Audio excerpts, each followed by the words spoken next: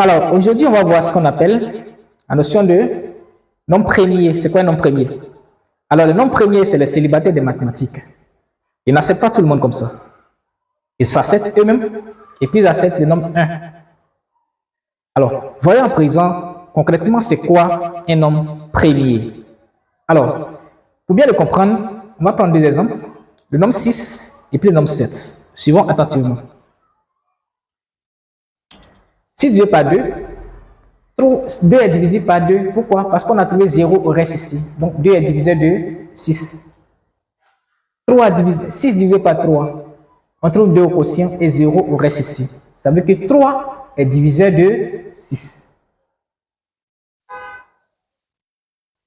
6 divisé par 5. On trouve 1 au quotient et 1 au reste. Ici, 5 n'est pas diviseur de 6. Parce que 6 divisé par 6, on trouve 1.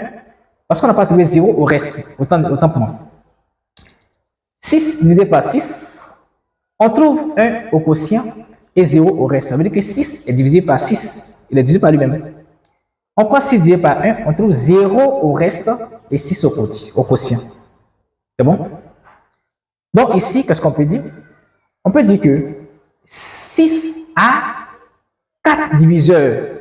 Il est divisé par 1, il est divisé par 2, il est divisé par 3 et puis il est divisé par 6. Donc lui seul, il a 4 diviseurs. Il a 4 diviseurs. Parce qu'on divise 6 par ces nombres-là, on trouve 0 au reste. On dit que c'est le diviseur de 6. Lorsqu'on divise 6 par ces nombres, on trouve 0 au reste. Le reste, c'est là. Là, là, là, on trouve 0 au reste. Donc, ces nombres-là, ce sont les diviseurs de 6. Voyons le cas ici pour le 7. Lorsque je divise 7 par 1, je trouve 0 au reste ici. Ça veut dire que 7 est divisé par 1. Donc, 1 est diviseur de 7. Ici, 2 n'est pas diviseur de 7 parce qu'on n'a pas trouvé 0 au reste. Ici, 3 n'est pas diviseur de 7 parce qu'on n'a pas trouvé 0 au reste. Ici, 7 est diviseur de lui-même parce qu'on a trouvé 0 ici. Ici, 4 n'est pas diviseur de 7 parce qu'on n'a pas trouvé 0 au reste. Ici, 5 n'est pas diviseur de 7 parce qu'on n'a pas trouvé 0 au reste.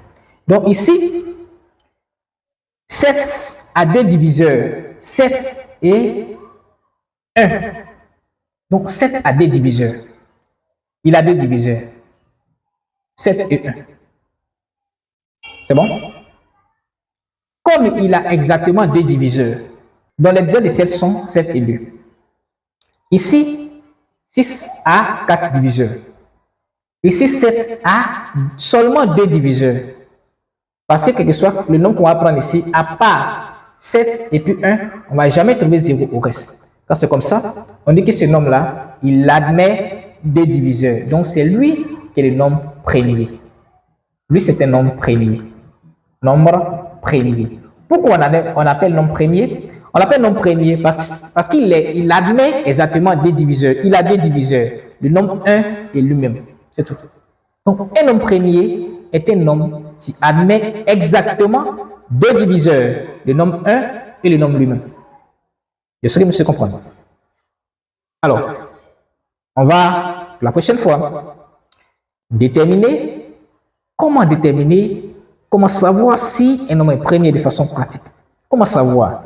Parce que tu ne seras pas obligé à chaque fois de diviser tout ça. Tu vas diviser par... Non. Donc, on va trouver la méthode pour pouvoir reconnaître un nombre premier de façon pratique.